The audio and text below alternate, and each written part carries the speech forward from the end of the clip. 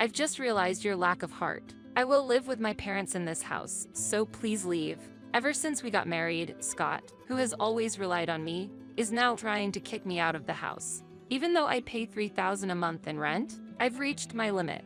I had been considering divorce for a while, but Scott's remarks have solidified my decision. I understand.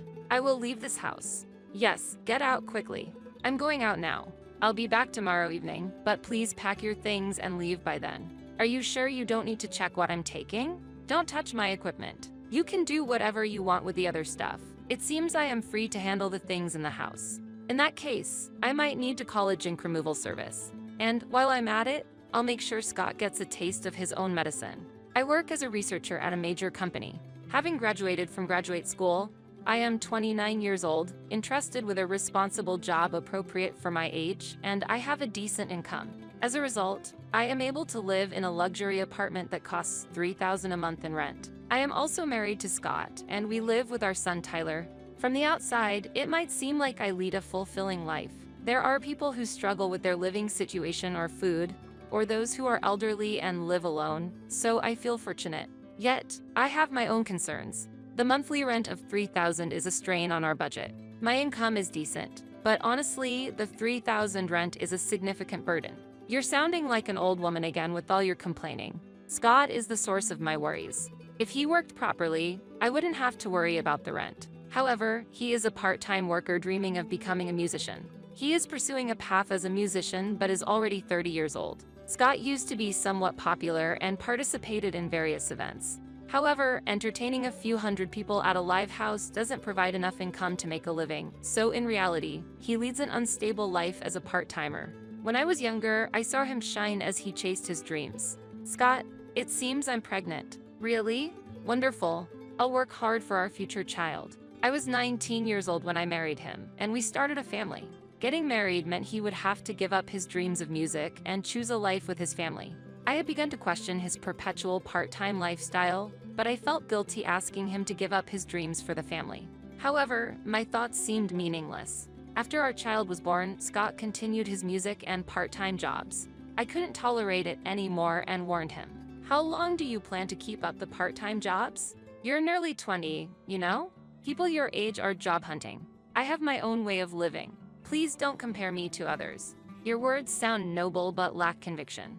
If you want to speak from such a position, contribute to the household finances first. When I become famous, I'll make up for the earnings I'm missing out on now. Stop being so dreamy and face reality. With that, he had no rebuttal and eventually started a part-time job. Even earning $1,000 a month would be helpful. But Scott didn't stop talking about his dreams. You're being noisy. Times are different now. There are many paths to success without belonging to an agency. So, I'm not just dreaming anymore. It's just that my name isn't widely known yet. Companies have overwhelming power in advertising. However, I am making steady progress, even if it's slow. No matter how much I hear, it's baffling. When will he realize that it's all an illusion? Scott's band has already disbanded, and the former members have either married or found jobs. I think Scott should follow their example. Yet, Scott says, "You've given up your dreams." That's pathetic. I think giving up dreams to protect the family is a meaningful choice. But is that wrong?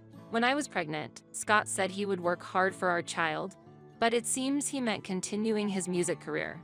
However, I hope that once our child grew a bit more, Scott would see reality. Did you buy expensive clothes again? Appearance is important for my job. He hasn't earned a single dollar from music, yet what is he talking about? 10 years have passed since our child was born, and Scott is still a part-timer as he approaches his 30s. Despite a long music career, he sees himself as mid-tier without any notable success or achievements, which has led to increased spending on expensive clothes and music equipment. I wish you would contribute a bit to the household instead of spending money on such things. You can satisfy hunger with pretense, you know? What do you mean by such things? These are necessary for me. Since Scott always has this attitude, we frequently argue. To avoid showing our child the arguments, we choose times when he's not at home to talk, or we move to another room if possible. But the house is small, so our child inevitably hears us if our voices get loud. Therefore, we are considering moving to a bigger house. As our son grows, our current residence will definitely become too cramped. Hey, Tyler is 10 now, and this apartment is too cramped, so shall we move? Yeah, this was originally the house you lived in alone, after all. What? Do you have a complaint? You moved into my house when we got married, right? It's not a complaint. I'd like to move, preferably to a bigger house. Living in a high-rise condo would be cool, I think. What? Who do you think will pay the rent? I will contribute to the household too. I can handle the rent, but I'll help with electricity, gas, and groceries. Please, I really want to live in a high-rise condo. It should be possible to live in a high-rise condominium with my salary. Moreover, it's heartening that Scott, who has never contributed to our finances, has offered to help. This might be the trigger for him to face reality. By paying for electricity and gas, he might understand the daily struggles and the value of money. Okay, I'll look for a place then. I'll pay the rent, so no complaints about the property I choose. Agreed. Anything is okay if it's in a high-rise condo. I leave it all up to you. Despite these hopes, living in the high-rise condo began with Scott ultimately betraying my expectations again. A year after moving, Scott is still pursuing music at 30 and has not kept any of the promises he made when we moved. Hey, the gas bill has arrived. Please pay it before it's debited from my account. I'll give it to you next time. I don't have it right now. When is next time? You always say that, but then you don't pay. You're always fussing about money. Is money really that important? All I asked for was the minimum amount necessary for our living expenses. Why should I have to be scolded? He was supposed to have promised to pay in the first place. It was a good decision to set up direct debits from my own account. Otherwise, Scott might never have paid the electricity and gas bills. Sometimes, however, Scott does pay some money. What? There's $50 on the living room table. It was left by Scott, but he isn't home now. $50 is nowhere near enough. But I thought he left this amount to avoid handing it over directly to me, perhaps out of embarrassment. Is he showing some consideration? There's something endearing about that. It seems I was mistaken to think so. I haven't received this month's electricity bill payment yet. I pay it sometimes, don't I? It seems he only wants to feel like he's paying by occasionally handing over a few tens of dollars. To top it off, he lies and asks for money. I want to take my parents on a trip. Can you lend me some money? Okay, will $50 be enough? I appreciate it. Scott sometimes tells lies, but I know it's a sign that he wants some pocket money. He also knows that I understand he's asking for pocket money. Because of this, our conversations can be hard to understand when he asks for money. Such exchanges happen frequently because he often asks me for money. He probably uses the pocket money to treat his juniors or to show off. The rent is still $3,000 this month. It's tough. The rent for the high-rise condo we moved to is $3,000, which is certainly not cheap.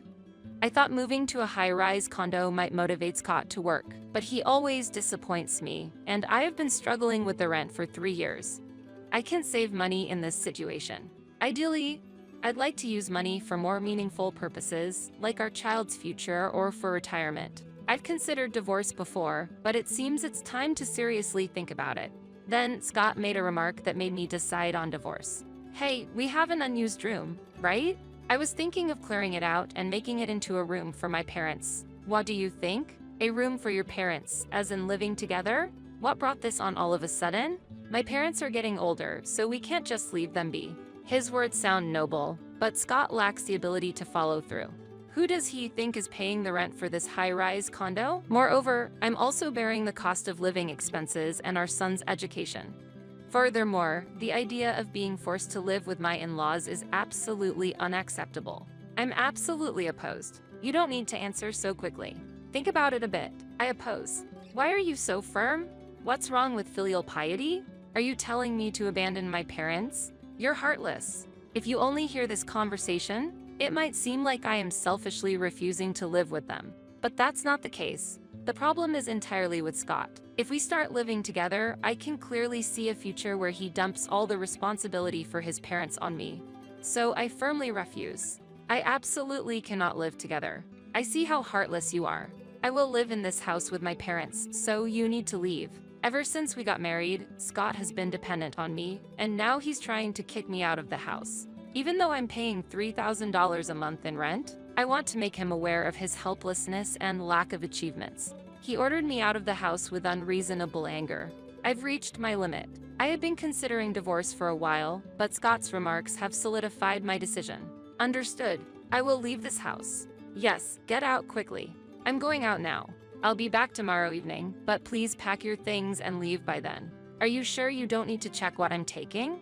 Don't touch my equipment. You can do whatever you want with the other stuff. Scott left the house after his final remark. It seems I am free to handle the things in the house. Mom, I'll help you. And I'll go with you, too. Thank you. My son came out of his room and offered words of comfort. Whenever there was a marital dispute, our son always went to another room. Creating a situation that makes our child feel the need to be cautious is heartbreaking for me as a parent. Our 13-year-old son used to enjoy playing with his father and liked him a lot when he was younger and didn't understand the situation. But from upper elementary school, he began to grasp the situation and started supporting me. Where should we start cleaning up? Tyler, start with your own things. I have something else I want to do.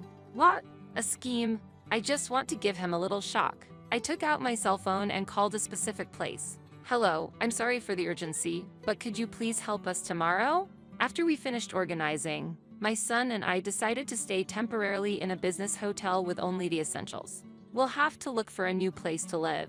That night, knowing that Scott would call, we placed my smartphone on the table and quietly waited for the call. The smartphone rang and we looked at each other before I answered. Hey, what's going on here? What are you doing? What do you mean? What's the problem? Seeing Scott's panic, my son and I couldn't help but laugh. All my clothes and equipment are here, but everything else is gone. What happened to the tables and the fridge? Did you take them? No, I arranged for a junk removal service to dispose of everything. By now, it might already be burned. Tyler, are you there too? When my son intervened and spoke up, Scott was even more surprised. He probably didn't realize that Tyler was still at home and was shocked by the nearly empty house. What do you mean everything is disposed of? These furniture and appliances, I bought them, right? Well, they could be considered marital property. You said I could do whatever I wanted with everything except your equipment, so I just did that. But how am I supposed to live now? If you need to, you can just buy new ones. For now, why not use your amp as a chair or wrap a towel around your guitar for a pillow? That's not funny, to do such a nasty thing. We're getting a divorce. Yes, I understand. What? Scott probably thought I would be at least a little shaken by the mention of divorce. He might have also thought that this was just part of another marital argument. But I had already considered divorce, and his words held no threat for me.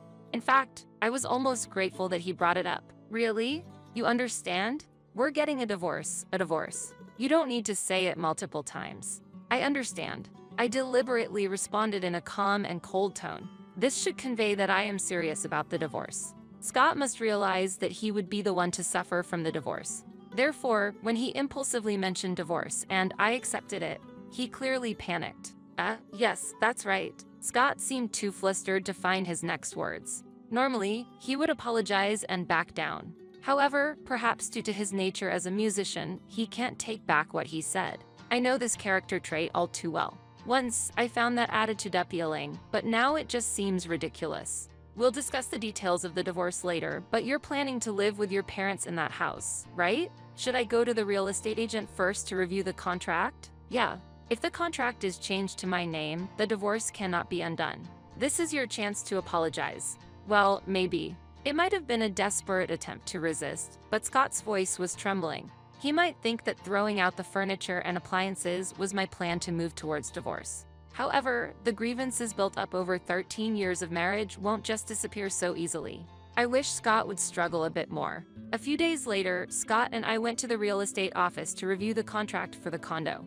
My procedure is now complete. I was able to smoothly terminate the contract. However, when Scott tried to sign a new contract, a problem arose. What? The rent is $3,000? Scott's face turned pale. When I had made the contract for the high-rise condo, he had left everything from selecting the property to the contracting process up to me, and he was unaware of the details. It's impossible to pay such high rent. Even if I include my father and mother, he was astonished. What a situation. It seems that after I left, Scott planned to seek financial support from his parents. He thought that the three of them could somehow manage the rent, but the actual rent was beyond his expectations. Since the in-laws are pensioners and Scott himself is a non-regular employee, I foresaw that it would be difficult for the three of them to share the costs and make payments. Really? You've been paying this for a year? Scott asked, and I replied, yes, I've been paying this amount all along. Since you don't work, we haven't been able to save anything. I can handle such a contract. Don't worry. I don't think you can handle the contract, I responded. What do you mean? He seemed confused. He appeared to be so flustered that he had completely forgotten the rules for renting a home. I asked the real estate agent to help Scott understand the situation. Excuse me, is it possible for someone with an irregular income of $1,200 per month to sign a contract for this property? The parents will pay the shortfall. No, that would be a bit difficult. The applicant needs to have a certain level of income. See, I told you that you wouldn't be able to pass the screening, I said. The agent, hearing our conversation, probably sensed that we were going to part ways. He responded to my questions with a wry smile, unable to say much. So, what should I do now? If you can't make the contract, you have no choice but to leave, right? There are no other options since I've already canceled that contract. Wow, you've done something ridiculous again. Scott, who calls himself an artist, has an unnecessarily high self-esteem and likes to show off. It must have been a huge embarrassment for him, with his low income and a looming divorce, to be manipulated by me and to have others know about his situation. His face was drenched in sweat and as red as if he had just run a full marathon in midsummer. Ignoring my husband, I continued talking to the agent. It seems that things didn't go as planned, and the contract is impossible now. We need to move out immediately, right? I'm sorry for the confusion, but there's hardly any belongings left, just some clothes and music equipment. It's a small enough amount to clean up quickly. So could you check the procedures for moving out later? You knew I didn't understand the rent or the conditions of the house, and you still went ahead with this? Scott said, "What do you mean?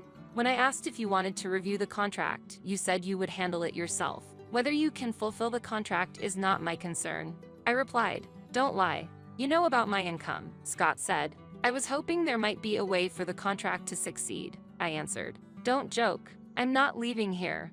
Scott insisted. "If you don't leave, I'll call the police. I don't know the legal details, but you might be sued for trespassing or failure to vacate. Oh, and since this isn't my property anymore, the real estate agency or the owner might take some action. It could get messy if a company reports it," I said. The agent looked on worriedly. I truly felt sorry for causing inconvenience. "You don't want to be embarrassed any further, right? Go home now and pack your things," I told Scott. Scott left the real estate office without saying a word. "I'm sorry. The house will be empty soon. If anything is left, I'll take responsibility for disposing of it," I said. Later, when the agent and I went to the house, it was already empty. Later, to apologize for the inconvenience, I brought sweets to the real estate office. The procedure itself would be fine if handled well, but the agent seemed confused by the very awkward situation. I am truly sorry. However, this brought the dreamy musician back to the real world. Now, he must strive to do well in the real world. After he left the house, our divorce was officially finalized. My ex-husband had no financial leeway, and since I had spent most of my money on rent, there was no dispute over the division of assets. My son chose to stay with me. My ex-husband might have sought support from his parents, but I had already blocked that path. After about 10 years of marriage, I informed my in-laws of the divorce and made my greetings. I thought it was only natural to communicate this process to my in-laws. Upon learning of my ex-husband's past actions, my in-laws decided to distance themselves from him and to withhold support until he finds a job and becomes independent. As a result, the plan for my ex-husband to live with his parents was canceled. Therefore, my ex-husband could no longer rely on his parents. Over 30 years old and having lived as a freelancer, it is difficult for him to find regular employment, and he is still working as a freelancer. His income remains low, and he struggles even to pay the rent for a cheap apartment. Under these circumstances, continuing music is almost impossible. This is the reality of my ex-husband, who achieved nothing. I have rented a new apartment and am living there with my son. After my husband left, the rent decreased, allowing me to utilize my funds more beneficially. While I don't deny the pursuit of dreams, living comfortably with my son under the current circumstances is what makes me happiest.